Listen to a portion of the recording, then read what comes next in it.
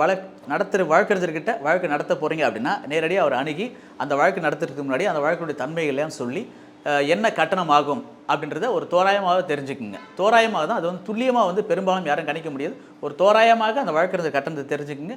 அதுக்கு உட்பட்டு அவருடனாக நீங்கள் உடன்பட்டு வழக்கு நடத்திக்குங்க. இது வந்து முறையாக இருக்கும்.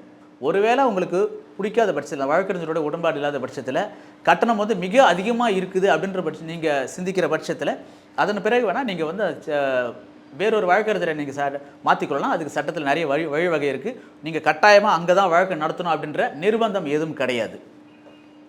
இது எதுக்காக இந்த தகவல் நான் உங்களுக்கு சொல்கிறேன். நிறைய பேர் வந்து கமெண்ட்ஸில் கேட்டிருந்தாங்க, எனக்கு ஃபோன் பண்ணி கேட்டாங்க, நான் வழக்கு நடத்திட்டு இருக்கிறேன், என்னுடைய வழக்கு நடக்குது, அவர் வந்து இவ்வளோ ஃபீஸ் வாங்குறாரு, இதுக்கு இவ்வளோ ஃபீஸ் சரியா அப்படின்னு என்ன கேட்குறாங்க.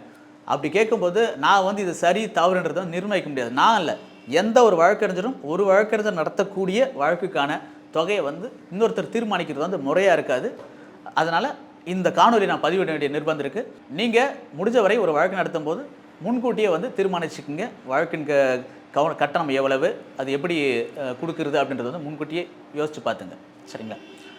நன்றி நண்பர்களே. இந்த தகவல் நிச்சயமாக உங்களுக்கு போதுமானதாக இருந்திருக்குன்னு நினைக்கிறேன். மேலும் இது போன்ற சட்டம் சம்பந்தப்பட்ட தகவல்களுக்கு இந்த சேனல் தொடர்ந்து பாருங்கள், சப்ஸ்கிரைப் பண்ணுங்கள். மீண்டும் ஒரு நல்ல காணொலியில் உங்களை சந்திக்கிறேன். நன்றி. நான் உங்கள் வழக்கறிஞர் வி. ஜெகதீசன்.